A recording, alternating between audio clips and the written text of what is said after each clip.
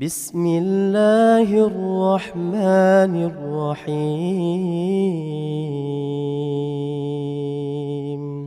بسم الله الرحمن الرحيم. السلام عليكم ورحمة الله وبركاته.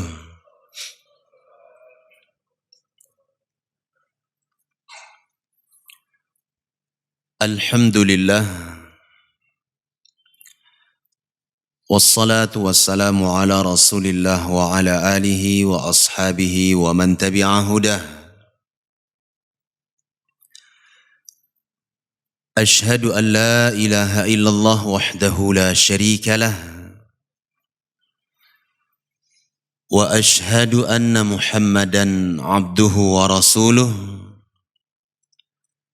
صلى الله عليه وعلى آله وصحبه وسلم تسليما كثيرا. أما بعد. Hadirin jamaah salat subuh yang dimuliakan oleh Allah Subhanahu wa taala.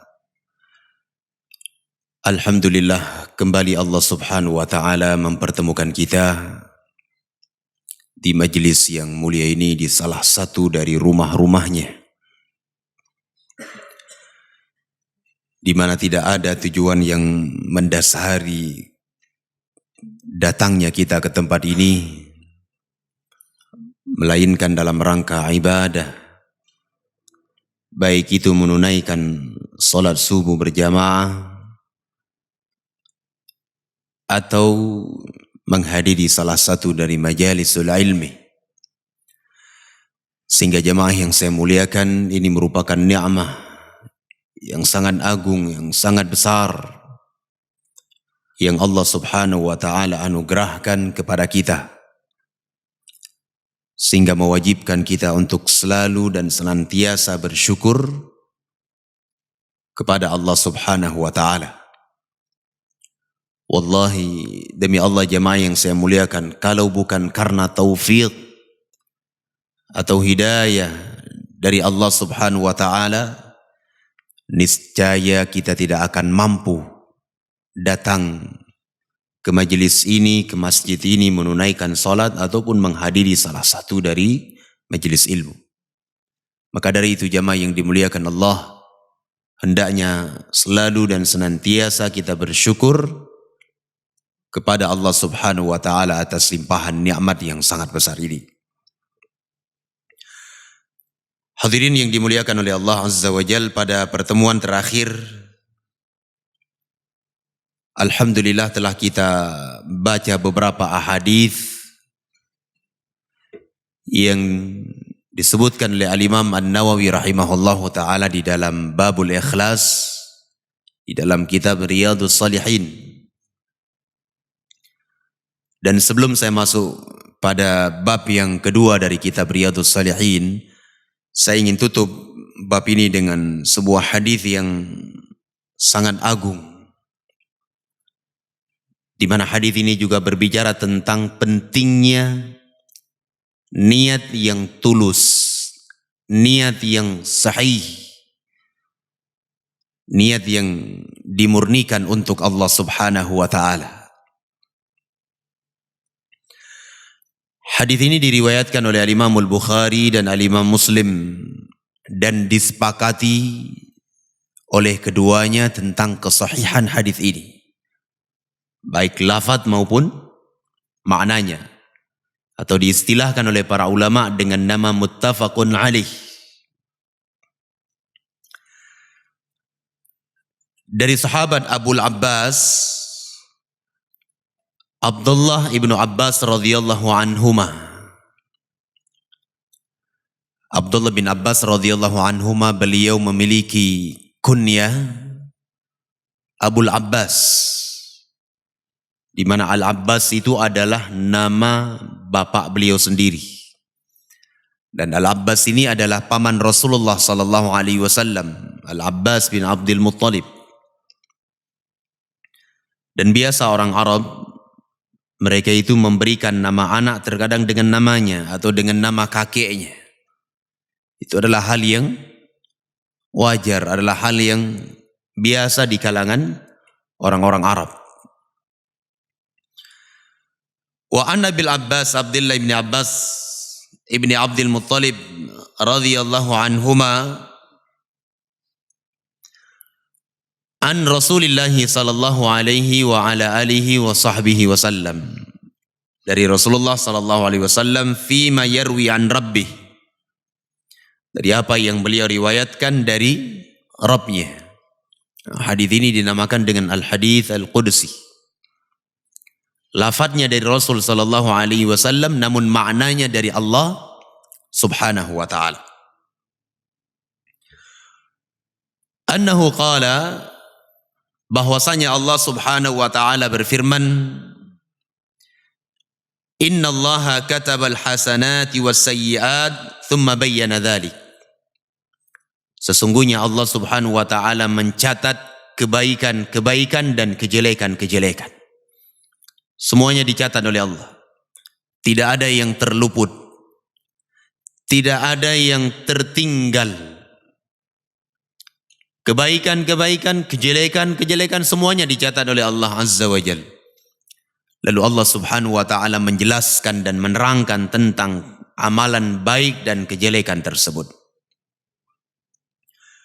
Qala Allah Azza wa Jalla, lalu Allah mengatakan, Faman hamma bihasanatin falam ya'malha katabaha Allahu indahu hasanatan kamilah.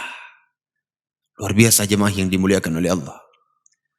Allah berfirman, barang siapa memiliki keinginan, tentunya keinginan di dalam jiwa, niat yang besar disertai dengan usaha dan menjalankan sebab-sebabnya, dia berkeinginan untuk melakukan sesuatu amalan yang baik. Falam ya'malha, namun ia belum sempat mengamalkannya. Dan ia belum sempat mengamalkan amalan itu dikarenakan apa? Karena memang uzur yang syar'i.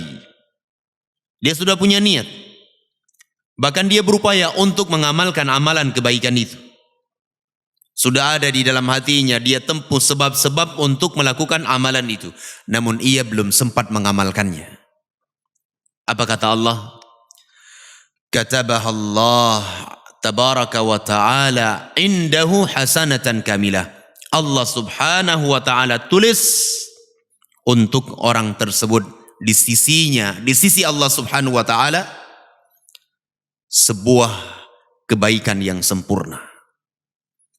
Coba lihat betapa kasih sayang Allah subhanahu wa ta'ala itu besar terhadap kaum muslimin, terhadap hamba-hambanya. Berkeinginan untuk melakukan sebuah amalan yang baik, namun belum sempat mengamalkannya, Allah catat untuknya satu kebaikan. Luar biasa.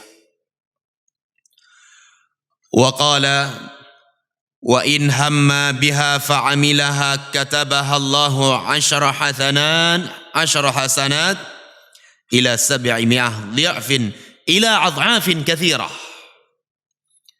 Namun kata Allah subhanahu wa ta'ala, barang siapa berkeinginan mengamalkan sebuah amalan kebaikan lalu dia amalkan amalan tersebut, maka Allah subhanahu wa ta'ala catat untuknya 10 kebaikan. 10 kebaikan jamaah yang dimuliakan oleh Allah. Pagi hari ini kita mengamalkan sebuah amalan kebaikan yang sudah kita niatkan dan kita tanamkan di dalam jiwa kita. Allah subhanahu wa ta'ala balas 10 kebaikan. Bahkan kata Allah, ila 700 dhi'fin, sampai menjadi 700 cabang. Wa ila adhafin katsirah, bahkan dilipat gandakan oleh Allah subhanahu wa ta'ala sampai pada jumlah yang tidak terhingga. Jemaah yang saya muliakan, ini merupakan kasih sayang Allah subhanahu wa ta'ala yang sangat besar. Kalau diterangkan oleh Nabi SAW, kasih sayang Allah kepada hamba-hambanya itu jauh lebih besar dibandingkan kasih sayang seorang ibu terhadap anaknya. Datang dalam sebuah riwayat dikisahkan dari Nabi SAW bahwa di dalam sebuah peperangan, lagi panas-panasnya perang melawan orang-orang musyrikin, tiba-tiba Nabi SAW melihat ada seorang wanita musyrikah. Coba lihat, wanita musyrikah. Dia sedang melihat ke arah kanan dan melihat ke arah kiri dalam keadaan hatinya gundah. Ternyata jemaah yang saya muliakan, anak yang berada di dalam gendongannya lepas. Coba lihat, sedang sangat parah peperangannya. Namun dia tidak peduli. Apakah di sana ada sebuah tombak yang akan menembus dadanya? Apakah di sana ada anak panah yang akan mengenainya? Dia tidak peduli. Dia cari anaknya. Dalam keadaan hatinya itu gundah, khawatir. Dan disebutkan oleh Nabi SAW di dalam hadis tersebut, ketika perempuan tersebut mendapati anaknya yang lepas dari gendongannya, dia ambil, dia peluk, kemudian dia berikan asinya, kemudian dia menangis. Coba lihat pengorbanan seorang ibu. Dia rela korbankan nyawanya demi si anak. Dan biasanya jemaah yang saya muliakan, keadaan seperti ini selalu diambil kesempatan oleh Nabi SAW untuk menasihati para sahabat. Lalu Nabi SAW mengatakan, "Ata'jabun, tidakkah kalian terheran-heran? Birahmati hadhil mar'ah liwaladiha? Tidakkah kalian terheran-heran dengan rahmat atau kasih sayang wanita ini terhadap putranya, terhadap anaknya?" Terdiam para sahabat. Memang sebuah pemandangan yang sangat luar biasa jemaah yang dimuliakan oleh Allah.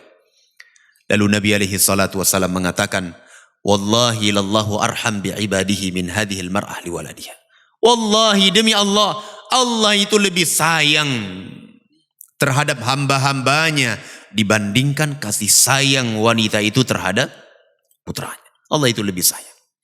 Dan salah satu kasih sayang Allah Azza wa Jal, rahmah Allah Azza wa Jal kepada hamba-hambanya adalah apa yang Allah sebutkan di dalam hadis ini. Seorang hamba berkeinginan mengamalkan sebuah amalan kebaikan, ia belum sempat mengamalkan, Allah tulis untuknya satu kebaikan. Ketika dia amalkan, dilipat ganda menjadi 10 kebaikan, bahkan menjadi 700 cabang, bahkan dilipat ganda menjadi lipatan yang tidak terhingga jumlah. Luar biasa jemaah yang dimuliakan oleh Allah. Wa qala, "Wa in hamma bisayyi'atin falam ya'malha." Barang siapa berkeinginan, bertekad untuk melakukan sebuah amalan kejelekan, namun ia belum sempat mengamalkannya. Dan diterangkan oleh para ulama, salah satu yang menyebabkan ia tidak jadi mengamalkan kejelekan itu adalah karena al-khauf minallah. Rasa takut kepada Allah Subhanahu wa taala. Ya, bukan karena ada orang yang akan melihat perbuatannya tersebut yang nanti akan membuat ia malu, tercemar namanya, tersebar perbuatannya tersebut. Bukan karena itu. Namun dia tinggalkan karena takut kepada Allah Subhanahu wa taala. Apa kata Allah? Katabahallahu indahu hasanatan kamilah. Allah tulis untuknya satu kebaikan. Ditulis satu kebaikan jemaah yang dimuliakan oleh Allah. Karena tidak jadi mengamalkan amalan kejelekan. Dan dia tinggalkan amalan itu karena takut kepada Allah Subhanahu wa ta'ala. Dia tahu Allah mencatat, Allah menulis, dan nanti akan ada hari pembalasan. Wa qala wa in hamma biha fa'amilaha. Dan kata Allah Azza wa Jal, apabila hambaku berkeinginan untuk mengamalkan sebuah amalan kejelekan, lalu dia amalkan amalan itu, apa kata Allah? Katabahallahu sayyi'atan wahidah. Allah catat untuknya satu kejelekan. Tidak dilipat ganda oleh Allah Azza wa Jal. Jemaah yang saya muliakan, ini bagian dari kasih sayang Allah Azza wa Jal. Dan hadis ini mengingatkan kita tentang pentingnya ketulusan niat, keikhlasan niat kepada Allah Azza wa Jal. Di mana Hakikat dari niat yang tulus, niat yang lurus itu adalah tanqiyatul amal, membersihkan amalan, wa tasfiyatuhu, dan menyucikannya, membersihkan, menyucikan amalan, an jami'i syawaib syirik wa anwa'ih, dari berbagai jenis kotoran-kotoran kesyirikan dan yang semisalnya. Itulah keikhlasan kepada Allah Subhanahu wa ta'ala. Ketika seseorang beribadah, tidak ada yang ia harapkan kecuali pahala Allah. Tidak ada yang ia harapkan kecuali surga Allah Subhanahu wa ta'ala. Ini makna dari keikhlasan. Sehingga sangat keliru jamaah yang dimuliakan oleh Allah ketika ada orang yang mengatakan, ya Allah, kalau aku beribadah menginginkan surgamu, masukkan aku ke dalam nerakamu. Ini orang gak faham ikhlas. Makna dari ikhlas itu diterangkan oleh para ulama adalah seseorang beribadah kepada Allah Azza wa Jal, dia mengharapkan surga Allah, dia mengharapkan wajah Allah, dia mengharapkan pahala dari Allah Subhanahu wa ta'ala. Itu makna ikhlas. Itu adalah makna keikhlasan kepada Allah Subhanahu wa ta'ala. Baik, dengan ini jemaah yang saya muliakan, selesai kita dari bab yang pertama di dalam kitab Riyadhus Shalihin. Baik, insyaallah kita masuk ke dalam bab yang kedua. Qala Al-Imam An-Nawawi rahimahullahu ta'ala babut taubah. Berkata Al-Imam An-Nawawi rahimahullahu ta'ala, yang kedua adalah bab at-taubah. Jemaah yang dimuliakan oleh Allah Azza wa Jal, bab at-taubah ini termasuk bab yang sangat penting untuk kita pelajari. Dan kita amalkan apa yang ada di dalamnya, baik itu ayat-ayat Allah dan ahadits Rasulullah. Dikarenakan tidak ada seorang pun di antara kita kecuali terjatuh ke dalam dosa. Tidak ada seorang pun di antara kita kecuali berdosa. Yang nanti kita akan sebutkan hadis-hadisnya. Qala al-Imam an-Nawawi rahimahullahu ta'ala, berkata al-Imam an-Nawawi, qala al-ulama, berkata para ulama, at-taubatu wajibatun min kulli dzamb. Taubat itu hukumnya adalah wajib dari setiap dosa. Fa in kanatil ma'siyatu bainal 'abdi wa bainallahi ta'ala la tata'allaqu bihaqqin adamiyyin falaha thalathatu syurut. Beliau mengatakan, apabila dosa seseorang itu adalah antara ia dengan Allah Subhanahu wa ta'ala tanpa ada kaitan dan sangkut pautnya dengan seorang anak Adam, falaha thalathatu syurut, maka taubat itu ada 3 syarat padanya. Ini yang disebutkan oleh Al-Imam An-Nawawi. Sebagian para ulama menambah 2 poin lagi, menyebutkan 5 syarat taubat apabila dosa yang dilakukan oleh seorang hamba itu berkaitan dengan hak Allah saja, tidak ada kaitannya dengan hak makhluk ataupun anak Adam. Disebutkan oleh para ulama, saya sebutkan tambahan. Yang pertama adalah al-ikhlas. Kembali lagi kita kepada pembahasan ikhlas. Makanya Al-Imam An-Nawawi meletakkan babul ikhlas itu di bab yang paling pertama. Kenapa? Karena bab-bab yang setelahnya yang akan dipelajari itu tidak akan terlepas dari keikhlasan kepada Allah Subhanahu wa ta'ala. Pentingnya ikhlas. Baik jemaah yang dimuliakan Allah, yang pertama adalah keikhlasan kepada Allah Azza wa Jal. Ia tidak tinggalkan maksiat kecuali karena Allah Subhanahu wa ta'ala. Ia tidak tinggalkan kemaksiatan, tidaklah dia bertaubat kecuali memang karena Allah Subhanahu wa ta'ala.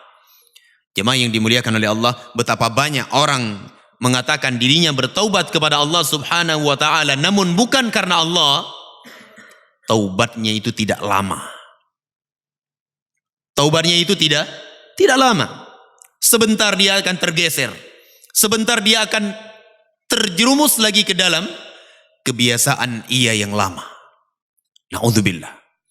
Sehingga ini syarat yang pertama, keikhlasan kepada Allah Azza wa Jal. Dikarenakan taubah itu adalah salah satu amalan yang mulia, amalan tanpa keikhlasan jamaah yang saya muliakan, maka akan sia-sia.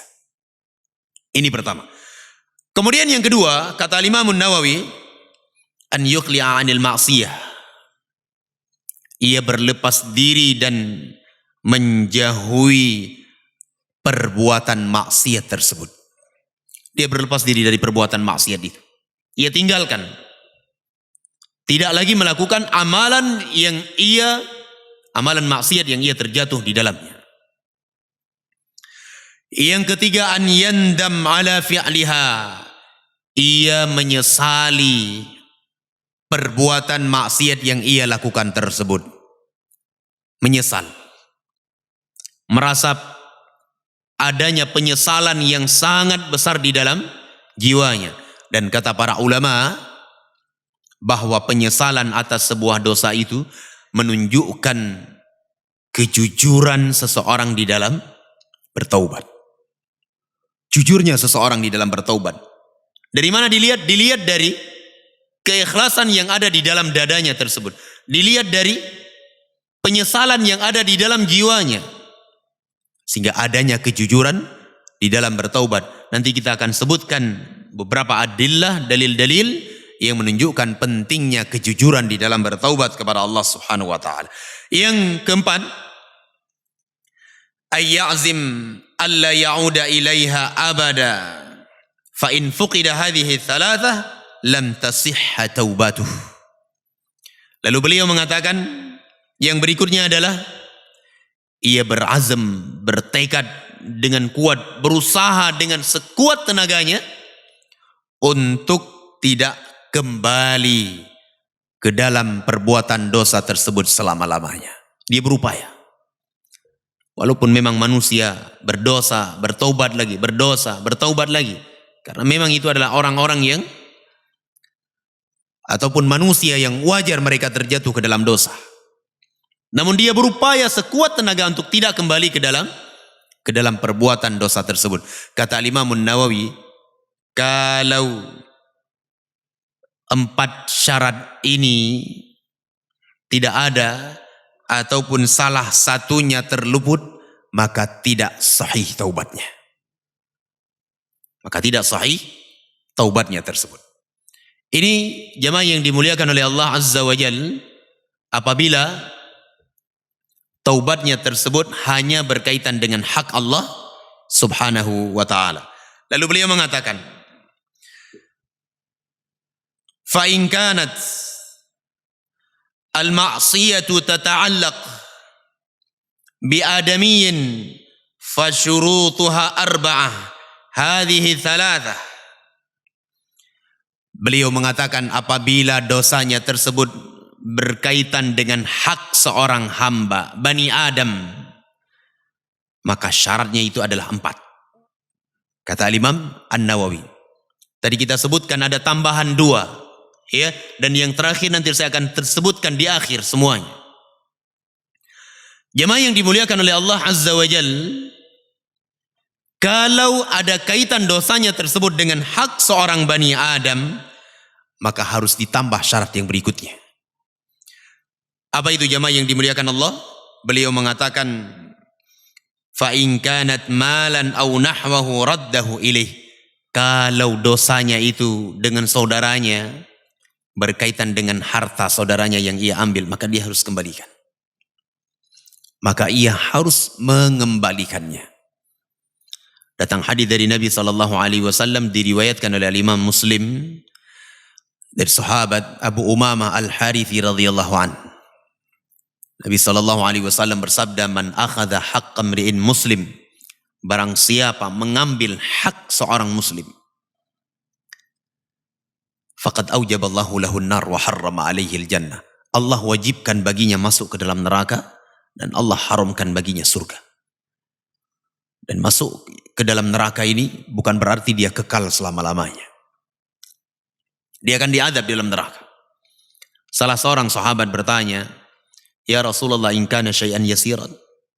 Ara'aita ya Rasulullah, wahai Rasulullah, apa pendapatmu kalau yang saya ambil punya saudara saya adalah sesuatu yang sedikit, sepele, tidak banyak.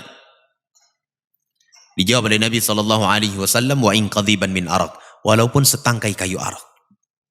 Setangkai kayu arak yang kita gunakan untuk bersiwak, kecil. Walaupun sebesar itu jamaah yang saya muliakan. Allah wajibkan kita masuk ke dalam neraka, dan Allah haramkan bagi kita surga. Na'udzubillah. Baik. Wa in kanat hadda qadhfin wa nahwahu makkanahu minhu aw talaba afwah. Kalau seandainya ia pernah menyakiti hati saudaranya, menyentuhnya, melukainya, maka ia harus meminta maaf dari orang tersebut. Ini syarat jamaah yang dimuliakan oleh Allah. Dia harus minta maaf. Wa in kanat ghibatan istahallahu an minhu. Kalau seandainya dalam bentuk ghibah, dia pernah berbicara tentang saudaranya, dia berbicara tentang aib saudaranya, mengghibahinya, maka dia harus datang minta untuk dihalalkan. Berat jemaah yang dimuliakan oleh Allah. Kalau kita bisa jalankan ini, maka insya Allah semuanya akan menjadi baik. Baik jemaah yang dimuliakan oleh Allah, saya simpulkan dari apa yang kita kaji di pagi yang mulia ini. Kata para ulama, apabila dosa kita hanya berkaitan dengan hak Allah, itu ada beberapa syarat. Yang pertama ikhlas. Yang kedua melepaskan diri dari maksiat itu. Yang ketiga menyesalinya. Yang keempat berusaha sekuat tenaga untuk tidak kembali. Kemudian yang kelima yang tadi saya tidak sebutkan adalah bertaubat di waktu masih diterima pintu taubat. Ya, dan diterima pintu taubat itu atau ditutup pintu taubat itu pada dua keadaan. Yang pertama, keadaan yang umum ketika matahari terbit dari arah barat. Sedangkan yang kedua secara khusus ketika ruh seseorang berada di kerongkongan. Adapun kalau dosa seseorang itu berkaitan dengan hak seorang hamba, maka ditambah syarat yang berikutnya. Syarat tadi yang kelima, kemudian ditambah yang satu lagi. Dan syarat yang keenam tersebut dipecahkan menjadi 3 jemaah yang dimuliakan oleh Allah. Kalau urusan harta dia harus kembalikan. Kalau urusan dia pernah sakiti, dia pernah melukainya, dia datang minta maaf. Kalau seandainya itu adalah ghibah, maka ia harus minta untuk dihalalkan. Wallahu a'lam bisawab. Jemaah yang dimuliakan oleh Allah Subhanahu wa taala, beliau mengatakan wajibu an yatuba min jami'i dzunub. Wajib atas setiap hamba bertaubat dari setiap dosa, dari setiap perbuatan dosa kepada Allah Subhanahu wa taala. Baik jemaah yang dimuliakan oleh Allah, ini mungkin yang bisa kita kaji. Adapun pertemuan yang akan datang insyaallah kita akan baca dalil-dalil tentang at-taubah di dalam kitab Riyadhus Shalihin ini. Wallahu a'lam bishawab. Semoga ada faedah dan manfaat untuk kita semuanya.